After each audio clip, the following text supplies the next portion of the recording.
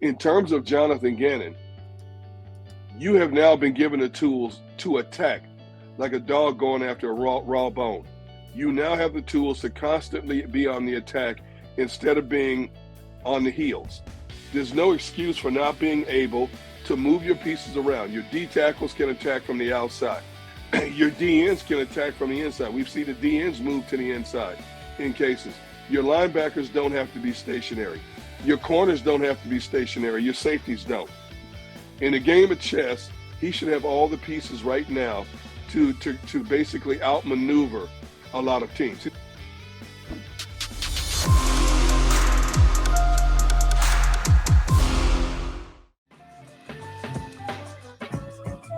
Welcome back in, everybody. Rob Ellis, Derek Gunn, Barrett out on the links playing in the Brian Dawkins Celebrity Golf Charity Tournament. Derek will be joining him a little bit later. All right, your shot looks actually good. Let's get you a little bit up a little. You're cutting your top of your head off a touch. Well, look, I'm trying, man. Go. Not bad, not bad. I've never done a show on my phone before. So can you hear me? You can hear me okay? Yes, you sound good. The audio's not bad. Yeah, the audio's not bad at all. Yeah. I'm using my AirPods and all that stuff. I'm like, man, this modern technology is a pain in the butt, but it's also a beautiful thing. Yeah, you're right. You can do a lot of different things, man, that we couldn't even dream of doing. Oh my goodness. Oh my yeah, goodness. that's for sure. Yeah. So we're talking. If you're just tuning in, you just popping out of work for a second, or we're running around doing errands or whatever you're up to, out doing yard work, which I was doing yesterday. The Eagles made another signing. They signed James Bradbury, and we were sitting there, and one of the things we had continued to talk about when it comes to this team was, the secondary worries me. You take Slay out of the mix, and man, what are they going to be able to do? Yeah. You bring a guy like Bradbury, who, granted, I don't think anybody's going to argue last year was a bit of a down year, but still, if you look at him over the course of his career, Derek, whether his stops in Carolina or the earlier years, with the Giants or whatever. This guy's a big-time player, and he has been, a feature corner. Slay's going to be the guy here. We know that much. But he's a guy who's got a nose for the ball. Even last year had 4 interceptions, had 3 the previous year, 3 the year before that, 5 the 3 years before that. In terms of passes defense, 17 last year, 18 the year before, 12, 15, 10, and 10 during his Carolina years.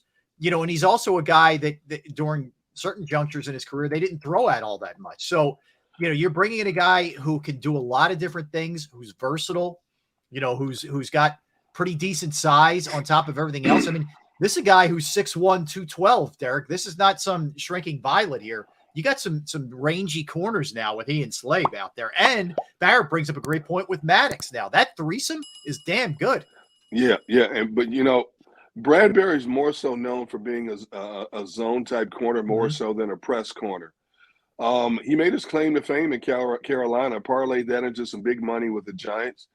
We don't know what kind of scheme the Giants are going to play defensively, but you know what? He's a pro's pro.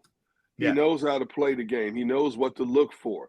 I think communications on the back end between him and Slay and Avonte Maddox and Harris and those guys is going to be incredible. I think Jonathon Gannon, when he has the DB meetings, that Jonathon Gannon should listen to Slay and Bradbury and take advice in terms of what do you guys feel more comfortable with? What do you guys want to do? Do you want to be interchangeable parts? Some corners like to play on one side. Some corners you can flip-flop depending on who the offensive personnel is. This is an opportunity for Gannon to really shine. Gannon got a few interviews this offseason. We're all wondering, why did he get interviews for head coaching jobs? If he does what we're hoping he does with this, he's going to be in demand after 2022, no question. Yeah, that's okay, though. That's a good problem to have. If guys are trying to pluck your coaching staff or your front office or whatever, that means something's going right. And this is, I think, where we're going to be able to – we're going to find out why there was such a national fascination with Jonathon Gannon when we didn't really I'm not one. There are a lot of people that wanted him fired, that said he was awful. I definitely don't fall into that category. When I mentioned this to you in the last segment, the category I fell into is understanding that you're not working with a full deck, in terms of skill with players. Right. But right. also, you can't just be this ultra conservative guy either. So this is where I want to see the creativity, the hybrid schemes, and all this. Like, I think they're going to use a 3-4 sometimes, 4-3 sometimes. Be more of a blitz aggressive kind of defense.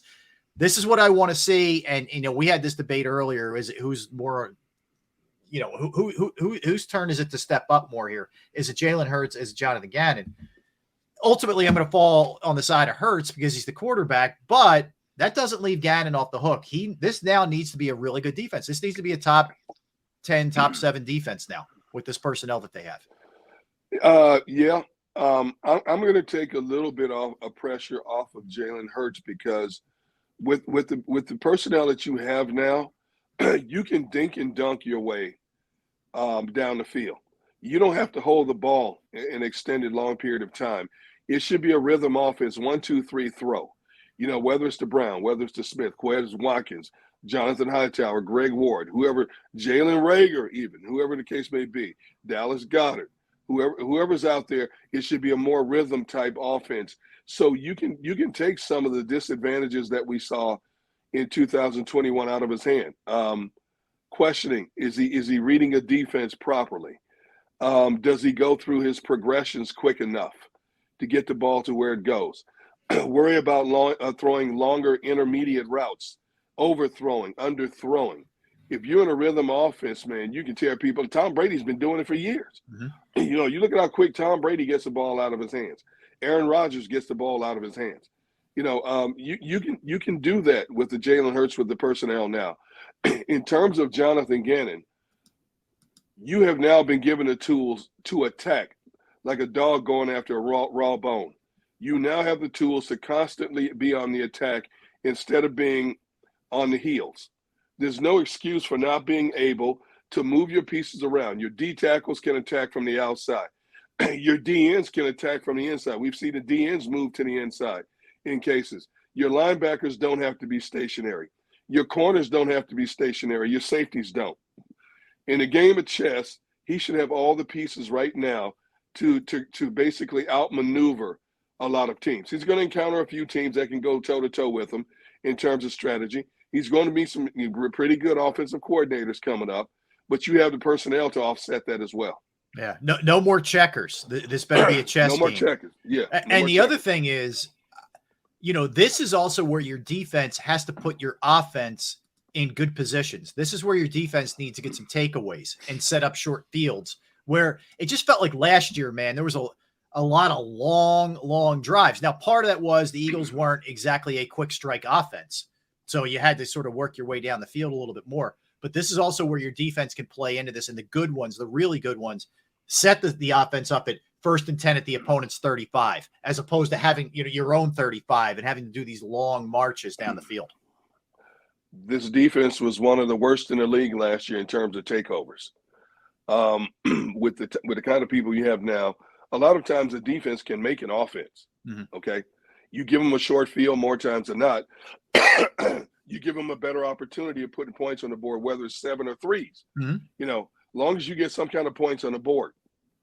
This personnel now, you should be able to have a lot more takeaways than you had in 2021. You should be in the top. I'm going to give them some leeway. I'm going to say you should be at least in the top 15 in terms of takeaways. That's not too much to ask in 2022 with the people you have. You have the people in the trenches. You have the people in your front 7 overall to attack a quarterback and force that quarterback to make quicker decisions. A lot of times force them to go to their weaker side when they're rolling out. You have the ability now to make a quarterback play your game instead of you playing the quarterback's game. You have to take advantage of this now. You have to. If not, it's going to be a lot of what we saw in 2021. Yeah, look, I agree, Derek. And I think that I just envision what the folks up front should be able to do and how that's going to aid the guys on the back end. Like, I mean, when you think about the pass rush, the push that Jordan Davis should give you, Hargrave and Fletcher Cox, I think being utilized in a better manner than they were last year. Your defensive ends now with Reddick thrown into the mix and with BG back. all of a sudden now, and linebackers that are not going to have people draped all over him, that Kobe Dean is going to be able to just do his thing, because like he did at Georgia when he had Jordan Davis in front of him. All these things lend to a defense that should be able to wreak some havoc here. And they're also not playing great teams. I mean, you're playing Detroit that doesn't have a great quarterback. Washington, who knows what Wentz is going to look like? Trevor Lawrence in his second year. Pittsburgh, we don't know if that's going to be Trubisky or Pickett at this point. Davis Mills. Beyond that, New York with Daniel Jones and Justin Fields only in his second year. And who knows in New Orleans, maybe it's Jameis, maybe it isn't, whatever. I mean, that's the large majority. Maybe it's Drew Brees. Maybe it's Drew Brees who said he didn't know what he was going to be doing next year. But the point is, I mean, aside from Kyler Murray, I would certainly put him in that category. Dak, who has carved them up, recently. Matt Ryan, who's a pro's pro, with still got gas left in the tank. And Aaron Rodgers, clearly. There isn't a ton there in terms of great quarterback play. They played a better quarterback schedule last year. Absolutely. There's no question about it. You should be able to take advantage of a lot of these quarterbacks in the National Football League. Hey, even a few of them they're playing this year, you have to question, should they even be starters in the National Football League? But that's to your advantage. Those are the type of games where you can pile up a lot of stats offensively and defensively. Every team has those games on your schedule where you can, pile up stats, whether it's sacks, running yards, passing yards. Eagles got a number of those games on their schedule right now. But, I know it's cliche. Players say it all the time, but it's so true. You don't overlook any opponent on any given Sunday because any one of them can rise up. This is not like college where you're playing Alabama versus Troy, Oklahoma against Texas A&I. A bad team in the NFL can come up and bite you in any given moment. You have to take every game. If there was ever a time we're going to hear week to week, we have to take it day to day, week to week. This is the year for the Eagles. The over-under going into the 2022 season prior to the draft. Right. It was 8.5, I think. You look at it now. I had him at 11 wins. I'm going to stay at 11 for right now. It's a 2-win improvement off of last year. But I wonder, and I'll see if I can check with some of my friends in Vegas. I wonder if that number's changed, Derek, with the moves that the Eagles have made. I wonder if that 8.5 has gone to, 9, 10. If people want to jump in the comment section. Yeah, because to me, it just makes a lot of sense that would, and I'm checking right now to see, I don't see anything right now. If that number moved, I would think. I mean, I think it's pretty fair to go with it. And maybe I'm being conservative here with 11. Where do you fall in terms of win total? At least looking at it on paper, assuming health, all that good stuff that we always do. You know me, I hate predicting, wins. Yeah. I hate doing it. I know it's a big part of what we do and what fans do and want to hear.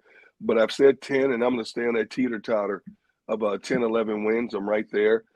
Again, I base my answer to you on health, because if a Darius Slay, if a James Bradbury goes down, I think the talent level falls off significantly. That's not a knock on the younger players, but the younger players still developing. Opponents will attack those areas if your frontliners go down. What is Jalen Hurts going to look like in 2022? What is Jonathon Gannon's defense overall going to look like in 2022? So I put that caveat out there of if all of this falls into place. So I'm going to stay right there between 10, 11 wins. They're going to win a game. You're not expecting them to win. They're going to lose a game. You're not expecting them to lose. So I'm going to stay right there in that Bermuda Triangle, so to speak, of 10, 11. But I just, and I always like to do this exercise where you sit back and you say to yourself, all right, if I told you this, if I told you X, right, 2.5 months ago, what would you say? If I told you, Derek, back, let's go February. All right. February 18th. Is that what today is? The 18th. All right. February 18th. Yep. And we're sitting there and I said to you, all right, let me throw some names at you this offseason. AJ Brown, James Bradbury, Hassan Reddick, Kaiser White. They would just be the moves that the Eagles made in terms of signings and trades. Right. Then in the draft, they get two guys off of a top 5 in the history of college football defense. Right. One led them in tackles and was the alpha male leader in Kobe Dean. The other one maybe has more potential than anybody who was taken in the draft on the defensive side of the ball with the speed and size in Jordan Davis. I mean, I think Eagles fans would have been doing backflips or probably saying, dude, give me a break. They can't do all of that with the cap restrictions, et cetera. You know, that's what they did. This is not if they get this, if they do that. This is fact. This is what they did. You know, tell me a team that's had a better offseason. I can't tell you. Maybe, let's see. Miami spent a lot of money. They did. Jacksonville spent a lot of money. Denver gets Russell Wilson, which is a big deal. Denver gets Russell, no question about it. Vegas gets Devontae Adams. Vegas already had a decent defense, but you put a Devontae Adams with Hunter Renfrow and the talent they have there. Waller, the tight end, who's a beast. Waller, the tight is a beast. But I think the Eagles' moves are right up there. You know, you got a top tier wide receiver in A.J. Brown. You got one of the better outside edge rushers in Hassan Reddick, who had 23.5 sacks over the last couple of seasons. You go out and get a proven corner to go opposite Darius Slay today and James Bradbury. You got two young men coming off a championship season from Georgia in Jordan Davis and Nakobe Dean. What else could you ask for? Yeah. I mean, seriously, what else can you ask for? Yeah, and look, now it's up to the players. I think the front office has put this organization, this team, in a position to succeed. Now it comes down to the guys making plays. And obviously we're going to always get back to Jalen Hurts, and rightfully so, understood with him. But he's got weapons on the outside, Derek. He's got 2 quality receivers now. He's got a quality tight end. He's got a good running game. He's got arguably the best offensive line in football. It's there for him to succeed. Jonathon Gannon has the tools now to succeed as the defensive coordinator. For Howie has put them in a position to succeed. If they don't, it's on them. I'm not ready to put Jalen Hurts and Gardner Minshew in the same breath with the 2017 combination of Carson Wentz and Nick Foles. But it's promising. You know, it's all promising. We've seen teams, and let's say Jalen Hurts is not much better. Let me go on record of saying I expect Jalen Hurts to be much better than he was last year. Right. But let's say Jalen Hurts is not much better than he was last year. We've seen in history over the last 20 years, defenses have carried offenses and gotten teams into the conference championship games, and in some cases gotten them to a Super Bowl. You know, and you know, on paper, this is a defense that could carry an offense if the offense is sputtering. And vice versa. You have enough offensive weapons now that if the defense is having inconsistencies, you have enough power on the offense now that can put a lot of pressure on opposing defenses and take a lot of pressure off your defense. And we couldn't say that last year. No, absolutely not. Not on either side of the ball, right? I mean, it felt like the offense never picked up the defense never picked up the offense, and a lot of the success that they had from a team perspective was, I mean, let's be honest with you, they weren't playing great opponents. I think they're better equipped now, Derek, to handle the big boys. To not just get throttled when they play Tampa or, fill in the blank. I think they're much better suited to try to compete with the upper echelon teams in the NFC now. Oh, no question. I think that goes without saying that. But again, we're all hyped up and jacked up and fan base, rightfully so, because of what we're seeing on paper in May. I'm going to be optimistic, enthusiastic, but I'm going to reserve some of that until September. I need to see it when the bullets are flying for real. No doubt. I'm not going to be impressed in practice. Some people go out there and get wild by practice sessions. I'm not going to be impressed in preseason. We're not going to see much of anything in the preseason. But when the bullets start flying for real in September, when they hit the ground running against Detroit, that's what I want to see. What A.J. Brown can do, game situations. How much has Devontae Smith proved? How much has Jalen Hurts improved? How stout does this defense look with the new additions on the edge, in the middle, at the Mike position, on the corners now? And even the young guys coming back, they're going to get their reps. Zach McPherson, Marcus Epps. How much have they improved? So I'm going to reserve some of my enthusiasm and optimism until then. Fair enough. All right, let's do this. Let's get a quick timeout, catch your breath a little bit here. We'll come back. Todd Zalecki's going to join us from MLB.com. We are far from done with the Eagles. Coming up in the 2 o'clock hour, we have Howard Eskin.